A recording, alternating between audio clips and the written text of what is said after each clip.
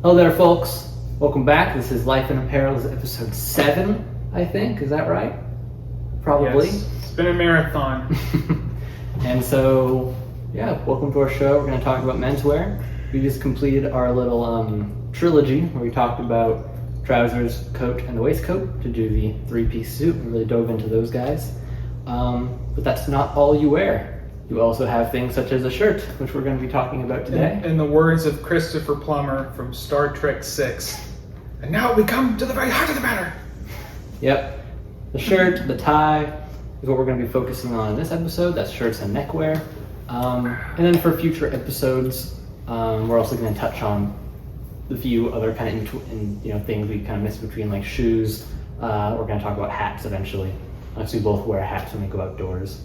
But today is going to be shirts and neckwear. We're both wearing shirts and we're both wearing neckwear today, so this isn't my normal choice, but we're here to have fun. It's a big knot. Well, I'm actually kind of, in a way, I'm kind of glad that you wore that, if not for the Willy Wonka-esque comedic effect that it has. But as we were talking about all the way back in episode 2 with the history of the suit, I don't think we really got to talk too much about the neckwear, the history of neckwear. Yeah, so we'll try to fill it in here. So as you recall, the suit came around from King Charles II of England with the coat, waistcoat, and breeches. But he was not the originator of what they were calling the cravat. The cravat comes from the nation of Croatia.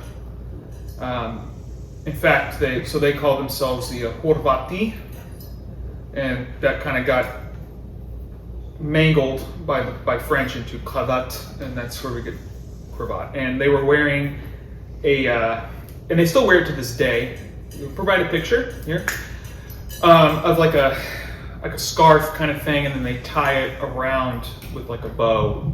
And when you look at the very earliest pictures of the cravat, like this one, they're wearing it in the exact same style. So they're made of linen with a silk bow tied around that. That's ultimately where it comes from. But the cravat kind of reemerged as a more rustic. We were talking about the changes in the fabric that was being used for suits, less silk, more British wools. So it kind of was this rustic, kind of romanticized sort of thing. And they were tying them in all these different creative knots. Yeah, there's tons of knots, even more than a standard necktie today. This is really where the necktie and the bow tie, they're siblings. They're brother and sister, and their parent is the sort of Regency cravat. Such as this. Right, and the Regency, go ahead. Because like Max was saying, there's so many knots. You can tie this to look really similar to a necktie. You can also tie it to look similar to a bow tie. Kind of like what I've done here is exaggerated. Right. This is a very sort of historically inspired outfit. This is all like Edwardian / Regency kind of reproduction things, minus the shoes and the socks maybe. And the shirt isn't, Yeah, there are ways to play around with it for sure. And but I'm glad, like I said, I'm glad you wore that because it allows us to kind of illustrate the original cravat. Most of the time was either a very wide strip or a square, a very large square, not unlike a bandana, and it would be carefully folded before you wore it, and then you would tie it in that way. It's a very, very highly expressive neckwear because there's so many things you can do with it. But its color, being largely white, doesn't overpower the rest of the outfit.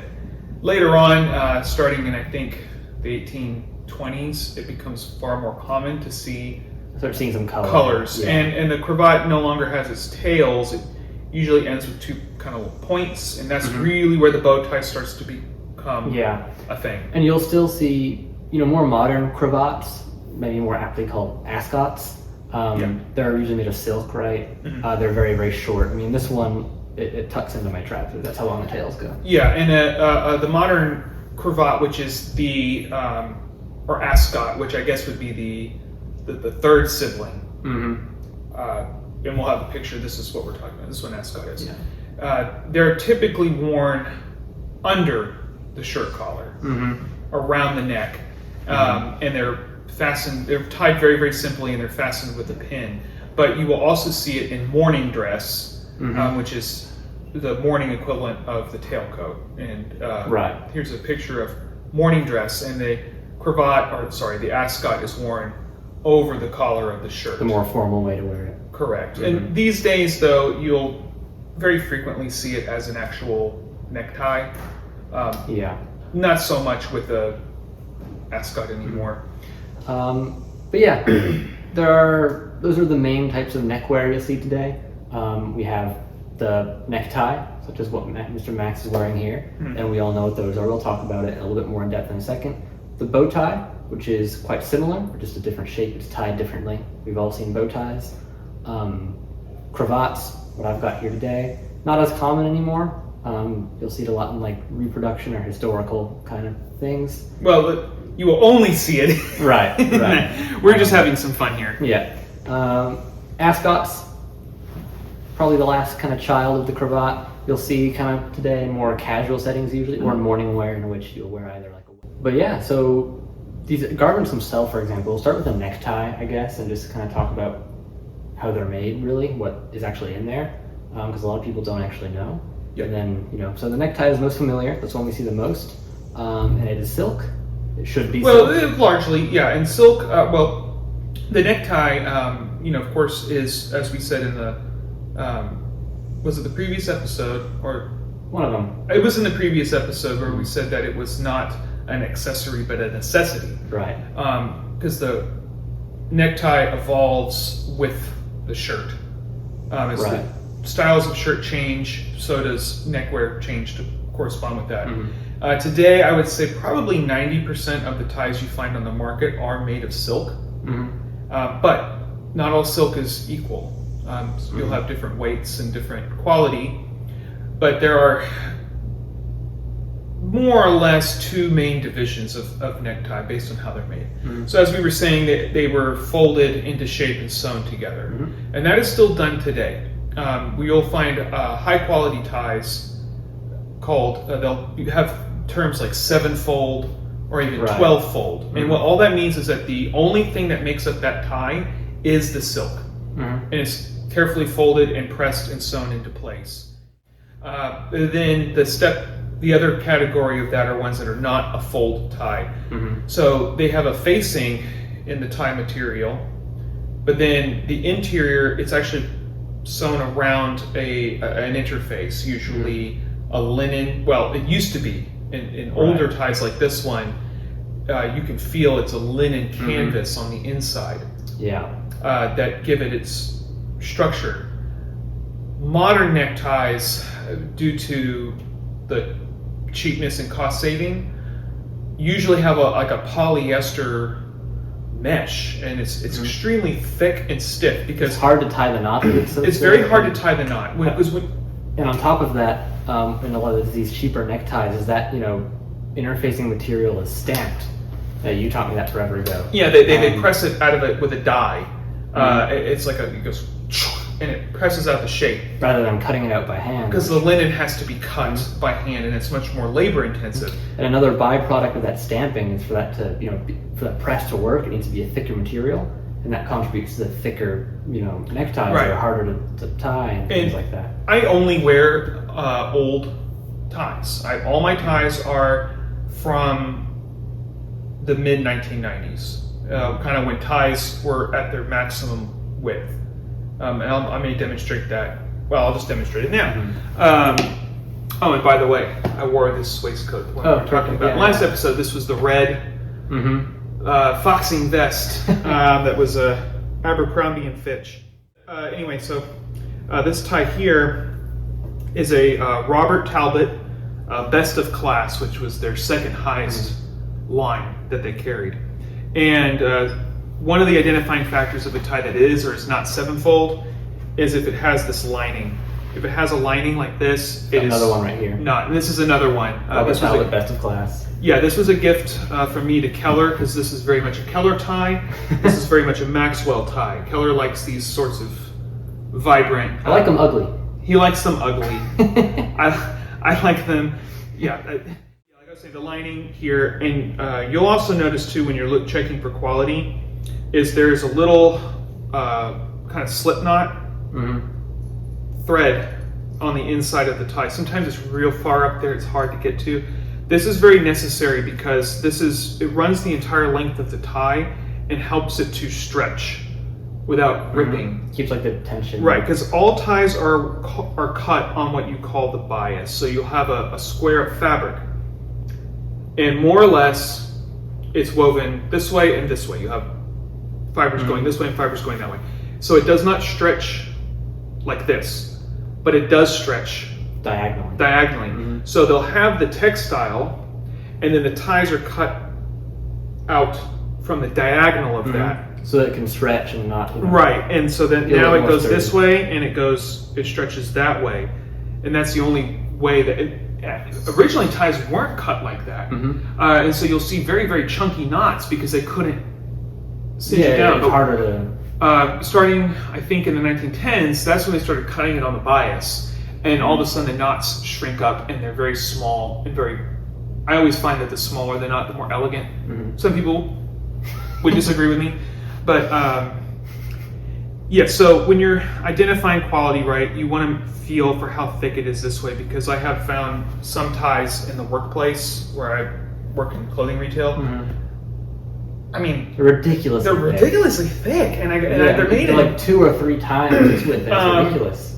We have some that are like Daniel Cremieux, as it should be pronounced, but anyway, they're made in Italy. And the tie is so thick that I go, how on earth can you tie this elegantly? Because you'll just have a square knot at the top, and then the tie will come straight in. That's so ugly. It is really difficult to tie them, and the only way you can do it is by really yanking them. And that's right, and then you're going to stretch that silk out. Yeah, and they're also ties do change with style. Usually the width of your tie will correspond more or less to the width of your lapel. As I was saying, I prefer a quite wide necktie, so 4-inch wide.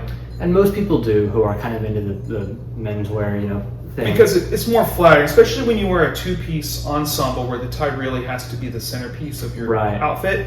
It serves to, like the waistcoat, to kind of bridge the gap between the two halves of the coat.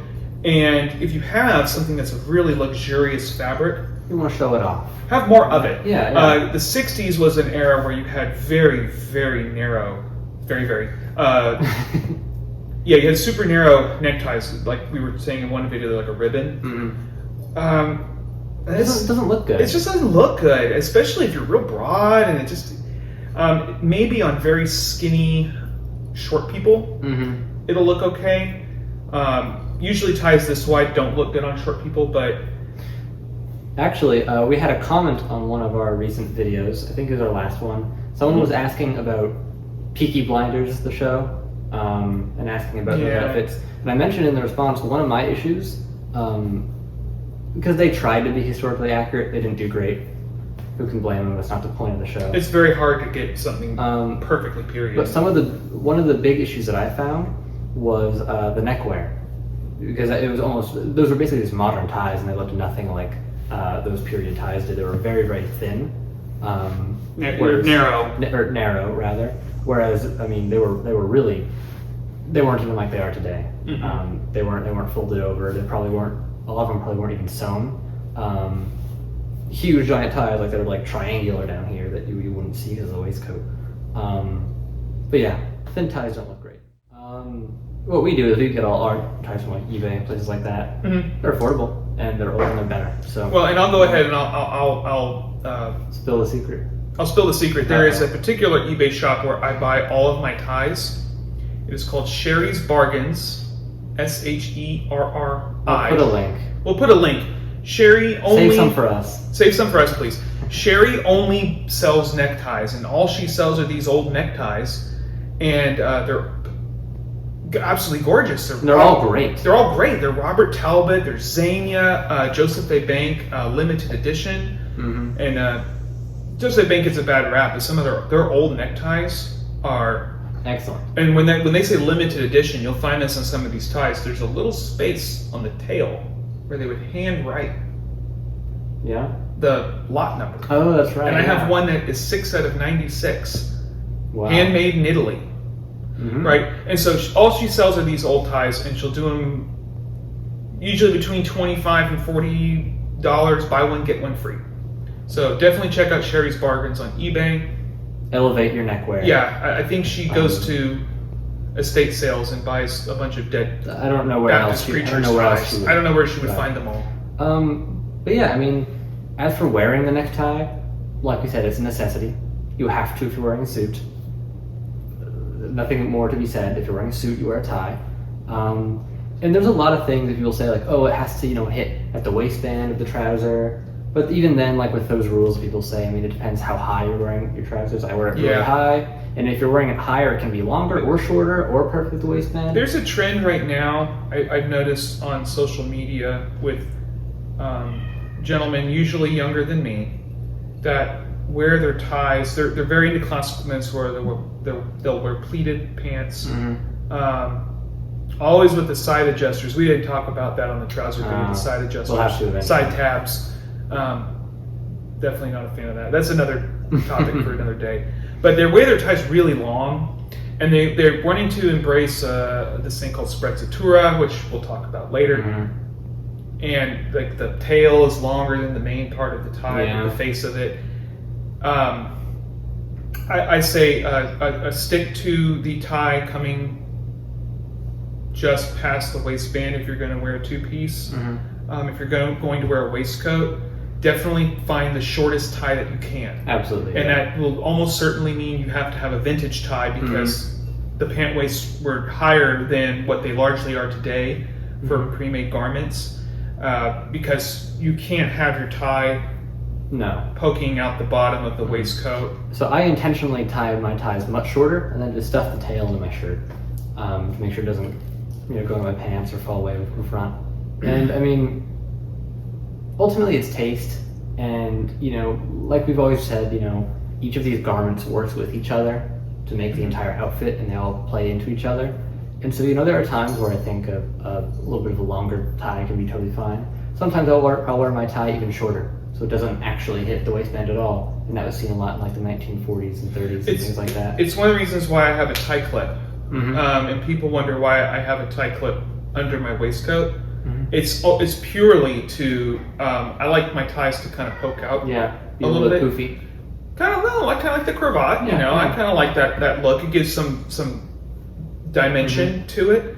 I also usually tie my tie where it's a little crooked, just to give a little character, little movement to my outfit. But I'll have that tie clip so that I can kind of hoist up the tie and make sure it's not going to poke out. Absolutely. And no one ever, I don't care what my tie clip looks like. It's cheap because it's hidden under the waistcoat. Yeah, it's just a utility. The neckwear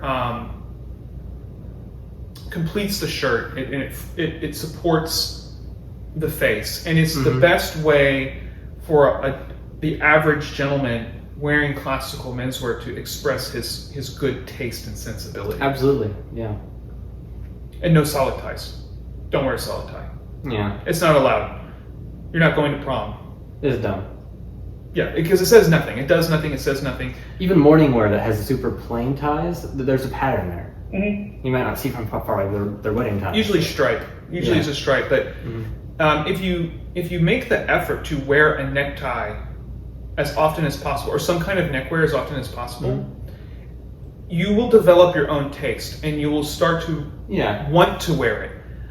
Because it really sets you apart, but in a positive way if you do it tastefully. Yeah. Like we said, this is a Keller tie, this is a Maxwell tie. Right? But really, both of these ties are fill the same role. Yeah. These are not business formal, but they're kind of mid-afternoon formal ties. Yeah. And then you can move on to, if it's a really casual day, you're going to a brunch, that's when you can pull out a linen tie.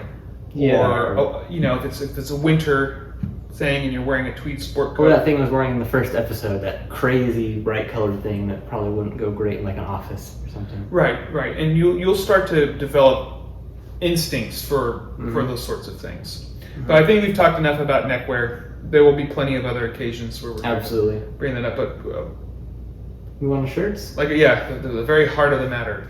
Yeah, so shirts, there's several different types of shirts.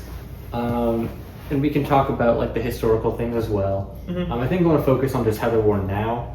But the history, I mean, they used to be really, really long, like down to Well, they were always linen. Yeah. They were always made of linen, and the fundamentals of a shirt really haven't changed too terribly much in the last 600 years. Very probably. similar. The big thing was that shirts were always, apart from always being made of linen, sometimes hemp, but usually linen, is that they were always cut from squares and rectangles because they didn't want to waste any of the cloth. Right. And so their shirts looked really balloony, but that served the practical purpose of absorb. Because what we were saying, It's underwear. shirts are not meant to be pretty. Yeah. They're underwear. They serve the purpose as They underwear. protect your. The only reason we're not wearing coats today is because it's very, very hot in this house today. Well, and we're talking about shirts, so you might as well. But yeah, I mean, just really quick, I mean, they used to be really long. The buttons, the way you button it in the front, are sometimes different. One of the shirts I'll show you here, it only buttons about halfway up. You actually slip it on over your head. That was the only way shirts were put on up until probably the 1910s. Right, and then some of them would start to button all the way down. But really, they're the same thing. Now there's more cotton than linen.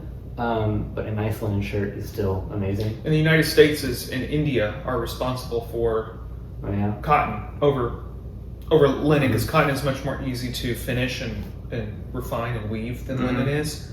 But cotton is definitely inferior to linen for the purposes that the shirt serves. Right. So I mean, if you can find, they're harder to find now. Maybe you can find a vintage one or just a really nice linen shirt. Linen, probably more pricey for a high quality one, but these days, because linen brings us into, because the shirt has changed a bit over time.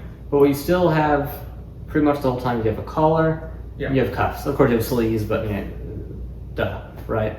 But the things that are different to shirts, t-shirts nowadays, you always have cuffs, right? That they kind of give structure down here to the wrists, and and they're usually starched, or at least have like interface sometimes. Something to give them a little stiffness. Yeah, a little bit of stiffness, so this is much more stiff than the rest.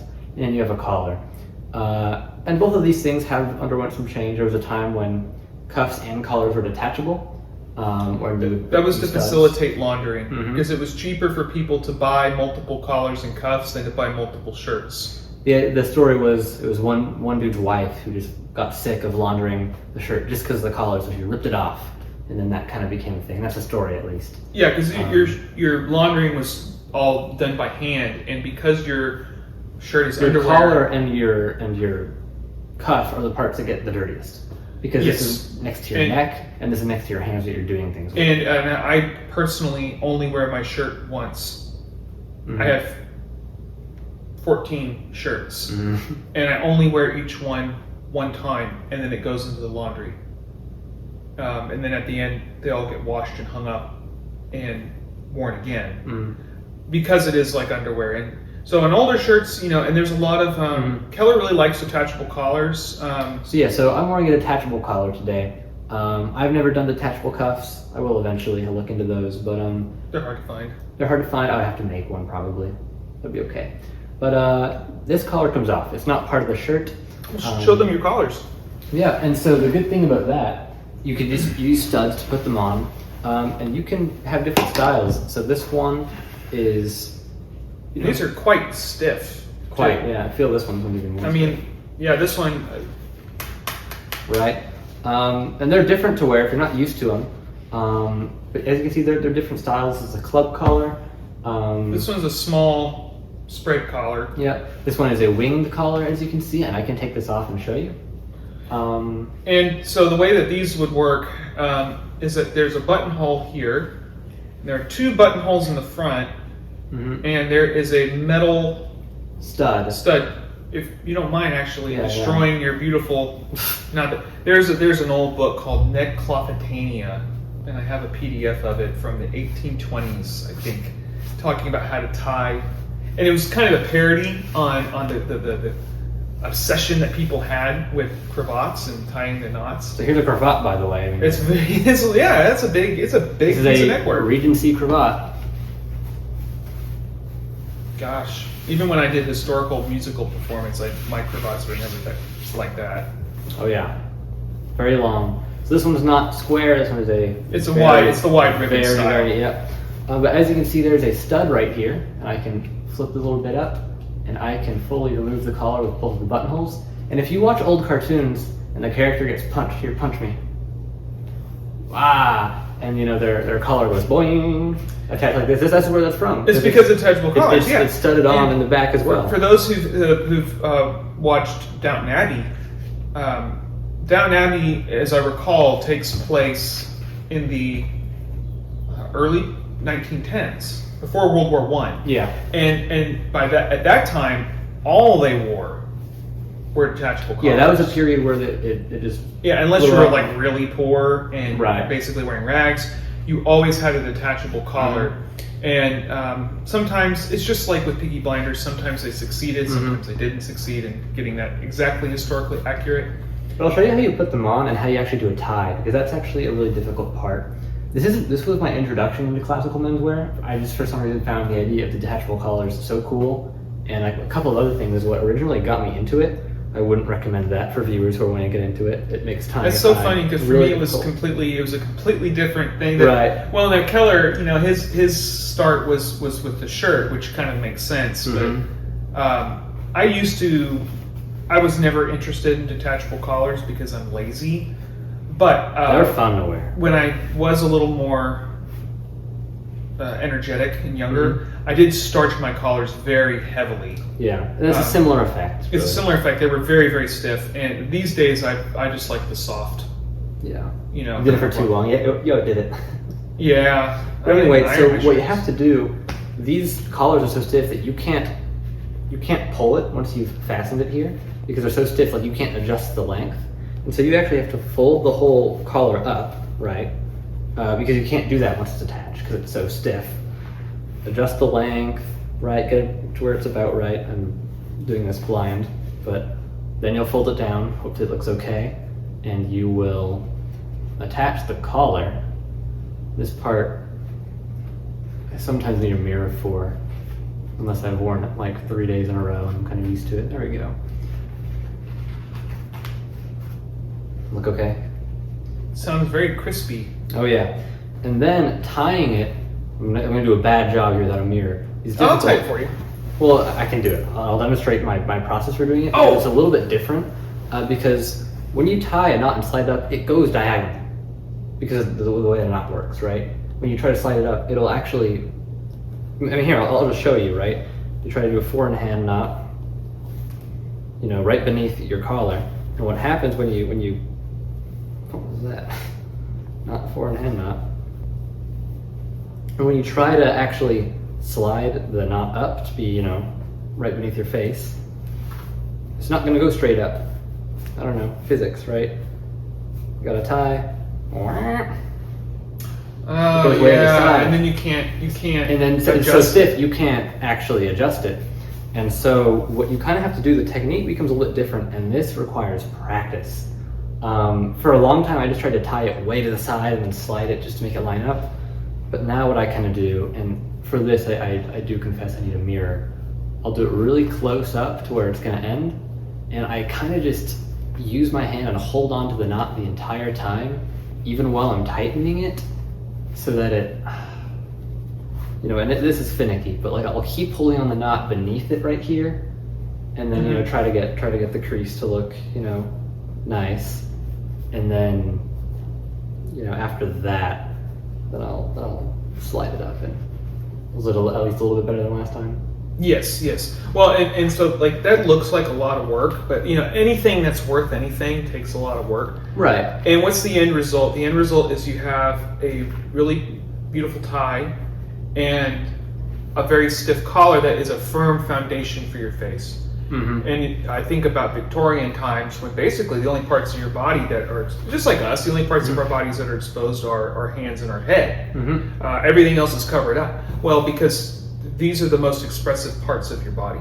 Right. And everything draws attention to the face, which is where your ideas come from. When you're speaking, and your hands are to show respect and good customs and manners. And so there's a reason why someone might want to try detachable collars, and you can still find them in modern clothing as well. I'll put the links to the two places I get them from. Yeah, and I've seen even people on television, wearing suits with detachable collars. I could tell they're detachable, and I find that absolutely fascinating. And then you have folks like me that, like I said, I like the soft collar because it's just kind of easy styling. And here's an example of a shirt. This one's actually quite accurate to what ones from the 1920s kind of would look like, where they always wore the detachable collars. And this is actually just an Irish grandfather shirt. This is a modern shirt from Ireland. I actually had to convert it to be able to have these buttonholes on the back. But basically the idea is, it usually only buttons up kind of here and you slip it on over your head. 2 buttonholes here for the studs. The one in the back, and I did these buttonholes by hand. I'm not trying to see this on camera, but there's actually a little pocket right here so that the stud doesn't hit your neck and be uncomfortable. Oh, interesting. Yeah, which is kind of cool. And when you have a detachable collar, you can have some patterns and things like that, and then that white collar. I always try to have the contrasting color in white. Just, you don't have to, but that's what me and Max like to do.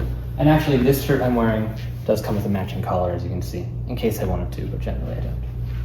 And that kind of goes into, why shirts are predominantly white. Because white is the easiest to launder, but it also projects an air of cleanliness. Mm-hmm. And that's one of the reasons I only wear a white shirt. And we've talked about that in previous episodes. I only wear white because of the cleanliness that it projects. And it just allows you to pair it with almost anything. And stripes, some subtle checks. With your shirts, the shirt should not be the thing that speaks for your ensemble. And as a hard and fast rule, no jewel tones. Twice yesterday, I had people asking me, this very sweet elderly couple, do you have a deep purple shirt?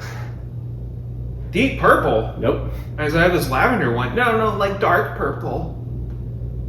No. That doesn't make sense. Why would And then I had another guy. He's like, "Do you have a what do you ask for? Evergreen shirt?" I go, "Why would you have shirts? What are you doing? What are you doing that you have shirts in these really, really dark colors?" And people have accused me of being.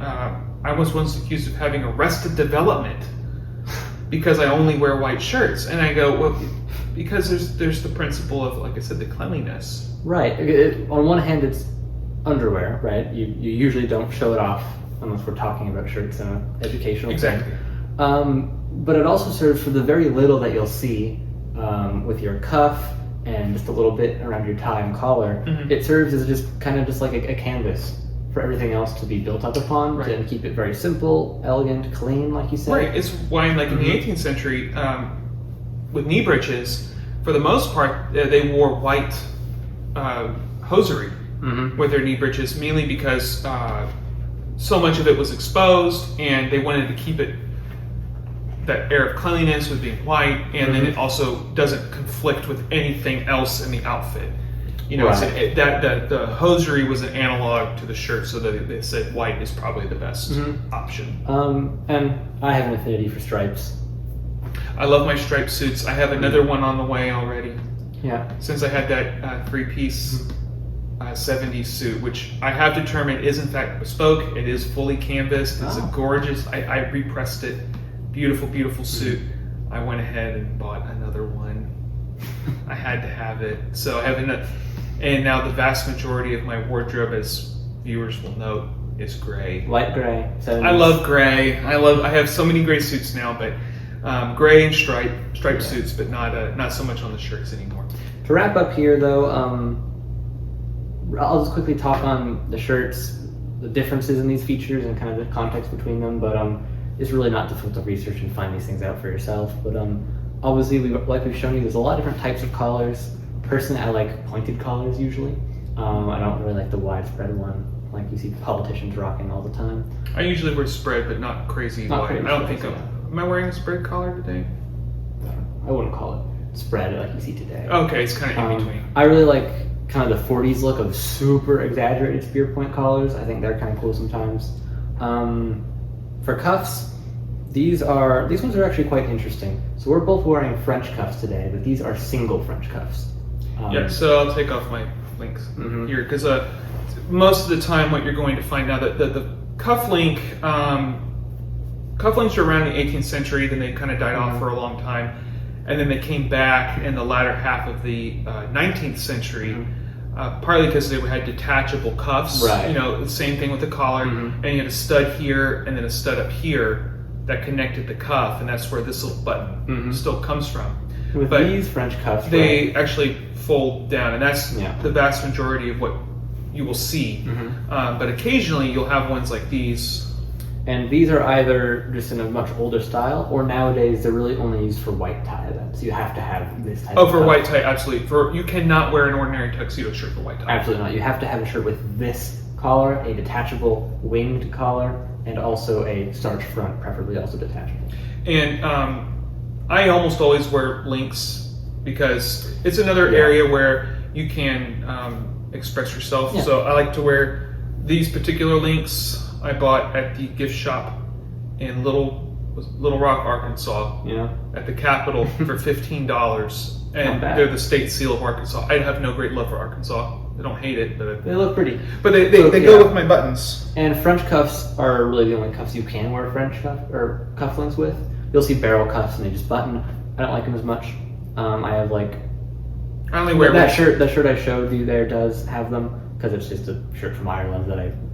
Well, and that's so casual. It's such a casual shirt. But yeah, you'll see barrel cuffs, things like that. And we could talk. Eventually, we'll talk about accessories and maybe look at mini episode. True accessories. Yeah. Yeah, like cufflinks and things like that. But yeah, those are the main differences. We've covered a lot today. I mean, I know neckwear, and we apologize. There's probably going to be a lot of edits on this because we're going to have to kind of chop it up. Just cat meowing on it. Right? Yeah, and condense it down.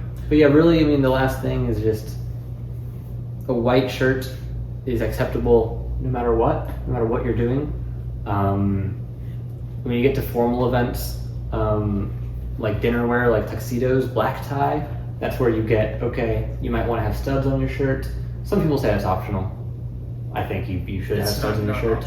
And then French cuffs, and really any collar is fine, as long as it's not ridiculous looking. No club collar. And then white tie is where it gets really specific. You need, single French cuffs like this. You need a detachable wingtip collar, which is what I have here today. It has to be white, unlike this one. Well, we can talk too a lot about the different styles because we're going to do the big episode on fitting a suit, and we'll also do one on fitting a shirt because there are a lot of misconceptions about how a shirt should fit. Super duper tight all the way around. It's ridiculous. But my last thought before we wrap it up is the best thing about detachable collars is that if you have a big collection of them for the lady in your life, they can also serve as a headband as well. So that's one of the bonuses. Yeah, a little multi-purpose thing there. What do you say? Are you getting more convinced to try out a detachable collared shirt? No. Maybe when I finally own a white tie ensemble. Give me one of your white shirts and I'll convert it for you. Tear the collar off, put the buttonholes on it. I'll think about it. But yeah, for you folks watching, if you're already into menswear, give them a try if you want. If you're just getting into it, I would recommend you wait a little bit. It makes tying a tie really, but yeah, be sure to we thank you for viewing the video or watching the video with us today. Be sure to like and subscribe, and please comment. If you have any stories about vintage that you found, or you want, you're curious about how much is this really worth, or what is it, feel free to message us on Instagram as well. With any vintage, we love seeing what other people have found. Absolutely. And we can tell you a lot about it, or I can tell you a lot about it just based on the picture alone. You could probably also very easily sell us something. Very easily. Very easily. I have very, very little monies, but they're constantly burning a hole in my pocket. Oh yeah. Clothes. But yeah, thank you for watching. This has been Shirts and Neckwear. Stay tuned. We might do maybe one or two more episodes before the grand finale. Shoes, hats, accessories. I don't know if we're gonna do that, but yeah. Stay tuned for the grand finale. Leave a comment about anything you want. You can find our Instagrams. Go to Media Market. If you know what that language is, let me know and I'll be impressed. I know what it is and I'm not impressed. Not impressed by anything. No. Thank you very much. Farewell. Bye-bye.